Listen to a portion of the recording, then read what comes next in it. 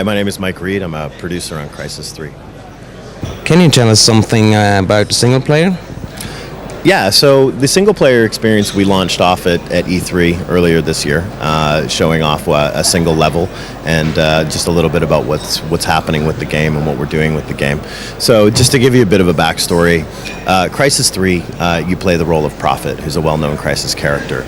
Crysis 3 takes place more than 20 years after the events of Crysis 2 in 2047. And so what's happened in between all that time is the Cell Corporation and the Ceph have been basically fighting a war.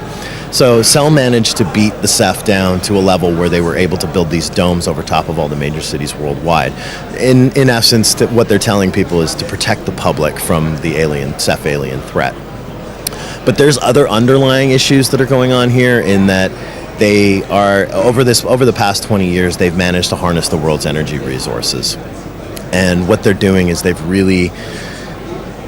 come back. I don't want to go into too much detail into the story, but they have a big interest in Prophet and the nanosuit and really how that's evolved over the course of the last 20 years. Some people might remember from Crysis 2 that the nanosuit became infected with alien DNA.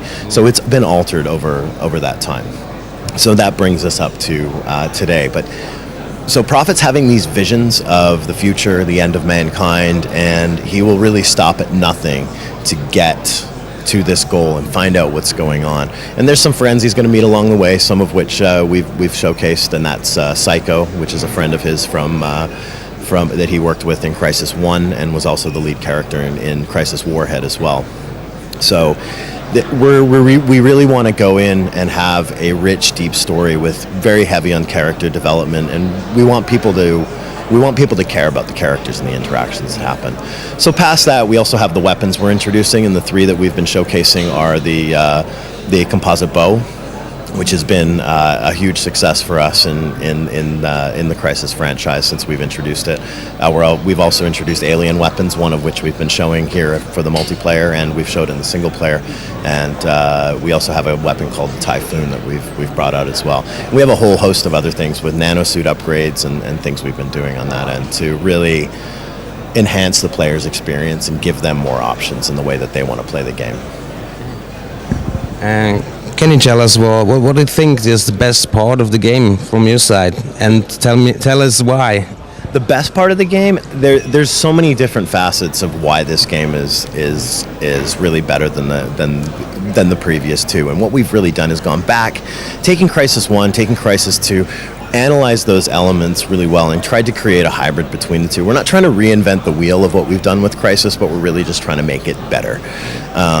Everything from graphically using the CryEngine to how we engage people in the storylines. Especially my favorite thing has got to be how the changes we've made to how players can interact with the environment and how players really have a choice in how they play out the action sequences themselves. And how many weapons you can use in the single player? Have many others? There's quite a lot of weapons. I don't want to give firm numbers at this present point, but the alien weapons, there's going to be 5 alien weapons total in game, one of which I had talked about before, which we're showcasing here for multiplayer, and we showcased in single player.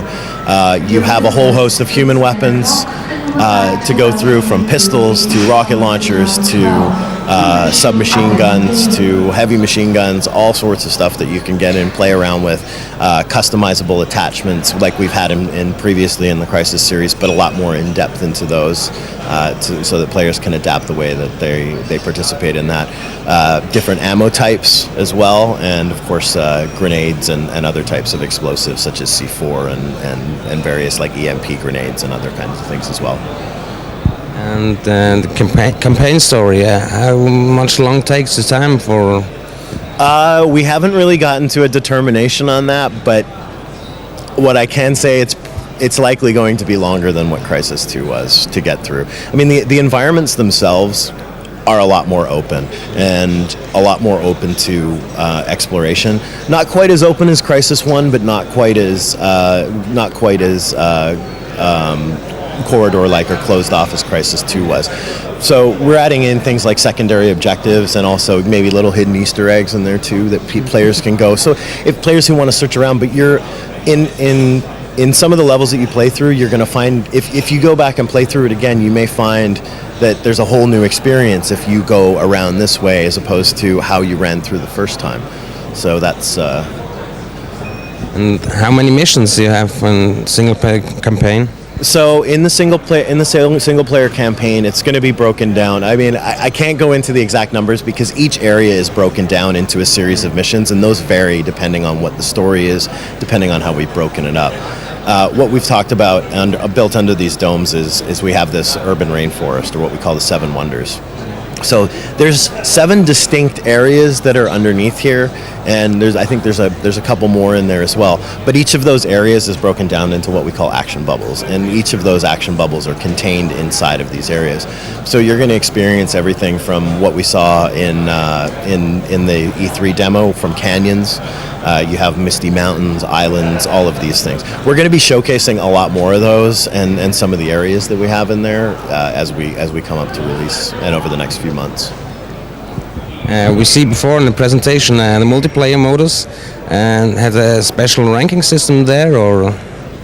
I wouldn't say it's are you talking about the XP system and how that's sort of working out? So the designers are still very much refining that. So currently there's 50 levels that you're going to be able to gain XP on. Lots of different achievements in game for things that you do. And also I think the New York feed is probably one of the most unique things we have for gaining XP. So the New York feed is a non-interactive, dynamic achievement system that basically designs, and the system pulls out different achievements based upon what your friends have done or developers have chosen to put in, or even people that you play with that aren't your friends in lobbies and including squads, which we'll be adding on later.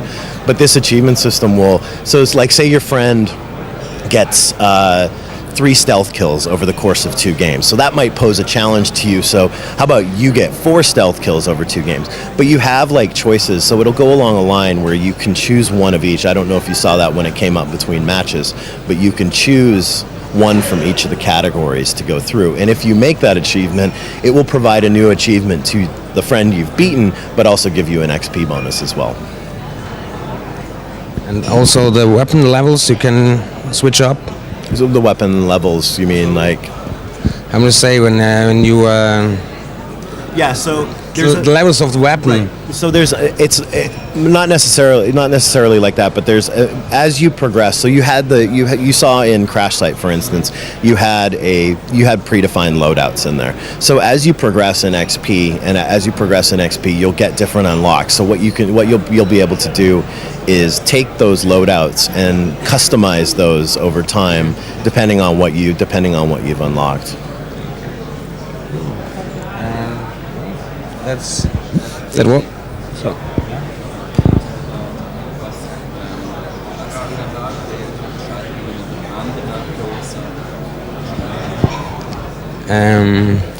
What's different from the multiplayer to other like Call of Duty or Battlefield or so? Yeah, so the multiplayer itself in Crysis 3 or in Crysis in general, I mean, the key thing that really differentiates us is the nanosuit, and those, and it might seem small to have these 2 extra abilities with cloaking and armor, but what we found from Crysis 2 is that players who learned how to use that quickly had a huge advantage over those who really didn't understand how to do that. It's not a game where you can just immediately jump in and start shooting without knowing how to utilize this. So there's a level of energy management that happens in here.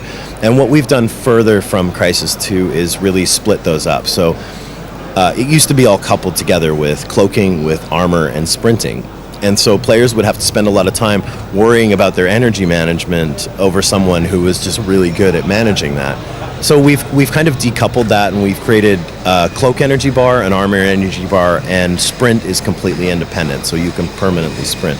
When we're also doing something similar in single player as well, not separating the bars from cloaking to armor, but having those 2 are combined, but decoupling the sprint from that, so that people can focus more on those kinds of things. And what that does on the multiplayer side is it helps remove a barrier of entry to get into the game. And so there's actually a module. There's actually module slots that you'll be able to have, and in starting off, one of the modules you'll get is an auto armor module, which you may have experienced in the multiplayer. So when you're getting shot, it'll automatically kick that on.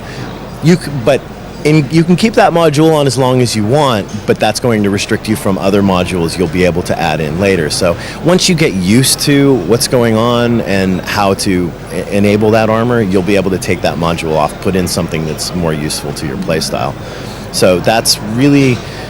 It's really that segment that really differentiates us from a lot of the other shooters out there, for sure. And how many players can play in a single round of the multiplayer? So on PC, there will be 16 players, 8 players per side, except for Hunter mode, for instance, which starts off 2 hunters and then the rest is as troopers, and it'll be 12 on Xbox and PS3. About the hunter modus, you think it's not a little bit some people lying there or waiting there before this finish? Oh, like in terms of like people camping and stuff like that? Yeah, there is, but okay, so let's talk a little bit about hunter mode. So hunter mode is people are starting to talk about it and think of it like Predator. So there's kind of 2 words we'd sort of use to explain it, and Predator would be one of them, and the tension that's associated with that, especially when you're playing the troopers and you get down to being the last guy. But what the hunters have, so they're permanently cloaked and they have a composite bow only. That's it, and then they can switch tips.